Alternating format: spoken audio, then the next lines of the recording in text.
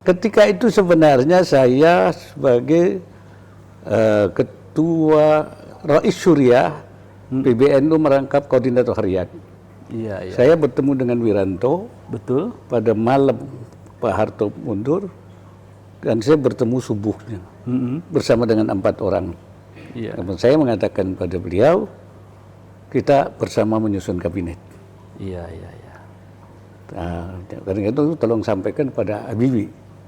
Jadi Pak Wiranto belum ketemu Habibie. Iya. Jadi sudah bertemu kita dulu. Betul. Nah, baik katanya. Tapi ternyata Habibie menyusun kabinet sendiri. Kita tidak NU tidak dilibatkan. Saya bilang kalau begitu kita lakum dinukum waliyadin. Anda, saya bilang kita bikin partai. Oh, di situ jadi kok situasi kondisi politiknya ya. Saya kumpulkanlah wilayah-wilayah di Jakarta. Muncul dari inisiatif Abayai waktu itu. Iya. Kemudian untuk saya kumpulkan di Hotel Alia Jakarta, kita berdebat, ya, bahwa NU perlu partai. Tapi kan tidak boleh secara struktural. Saya bilang ya tidak perlu struktural, karena itu bisa hubungannya kultural, aspiratif. Ya, kira-kira begitu. Setelah terjadi perdebatan, kita setuju bikin partai. Caranya bagaimana? Saya bikin tim. Iya, iya. Tim 5 itu? Iya. Terus saya bilang, siapa yang mau jadi ketua tim? Tidak ada, saya yang jadi ketua. Jadi Abayai jadi ketua tim. Ketua gitu, tim. Ya. Mulai Tugasnya tim 5 itu waktu membentuk partai. Tugasnya. Iya. Baru saya melapor ke Tim 5 itu siapa saja Romayanya? Saya, Rozi Munir almarhum, Mustafa Zuhad almarhum, Ahmad Bagja almarhum. Yang kelima semula Dawam Anwar, karena nggak aktif saya ganti Agil Siraj. Iya. Said Agil Siraj. Sekarang tinggal panjenengan sama Yai Agil Siraj. Agil Siraj.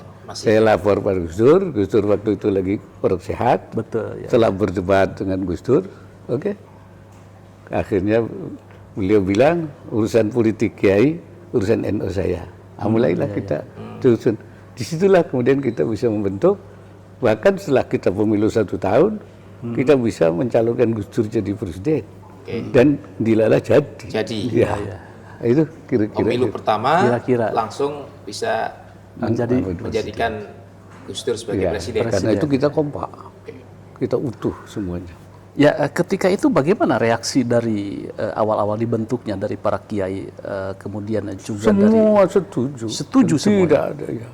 Semua kecuali orang yang ada di partai lain yang misalnya ada yang di P3 yang kemudian belum balik. Tapi ketika itu karena kan ketika itu kita 3 bulan itu menyelesaikan struktur partai sampai cabang. Hanya waktu 3 bulan ya? 3 bulan. Selesai. 9 bulan kita kampanye, langsung jadi nomor 3. Betul. PDIP, Golkar dan PKB. Kemudian kita bisa juga melakukan rivalitas untuk mencalonkan presiden. Nah, ternyata yang jadi calonnya PKB, Gus Dur. Sebetulnya ketika itu kendala yang terbesar itu apa ketika pembentukan partai? Tidak ada kendala, kecuali memang kita mengatakan bahwa NU harus punya kendaraan sendiri untuk membawa aspirasi. Maka saya sebut PKB adalah matiyatun nahdhiyin, kendaraannya orang NU untuk membawa aspirasi politiknya. Ya. Jadi aspirasi politik ini kendaraannya ini. Itu tidak berubah sampai sekarang ya? Tidak berubah. Ya. Walaupun begitu kan kita mengatakan bahwa memang dibentuk oleh Kiai untuk kendaraannya orang NU, tapi untuk terbuka untuk semua orang. Kan filsafat bumi itu. Nah, kalau kemarin itu baru separuh saya ngomong bumi. Bagaimana dilanjutkan ini? Sekarang saya tambah lagi. Kemarin disampaikan di Harlah PKB di Jakarta. Bumi itu kan terbuka. Ya. Siapa saja boleh tinggal di bumi ini. Tidak hanya orang Islam. Tidak hanya orang Islam, yang beriman, yang tidak beriman semua. Walaupun bumi itu diwariskan untuk orang yang baik. Innama yarithu ibadiyas salihun. Tapi untuk tinggal di bumi ini tetap semua orang boleh. Gitu kan. Nah, itulah filsafatnya PKB begitu. Didirikan oleh Kiai untuk kejaran orang NU, tapi untuk semua orang boleh masuk di sini bareng kita bersama-sama untuk membangun negara ini. Jadi tidak usah segan-segan, tidak usah malu-malu, tidak usah apa gitu. Masuk aja ke PKB. PKB Masuk aja terbuka. ke PKB. Terbuka. Pesan Pak Yai, bumi untuk semuanya, masuk aja ke PKB. Masuk Nah, Dan jangan menjauh. Jangan menjauh, jangan menjauh. Jangan pernah menjauh.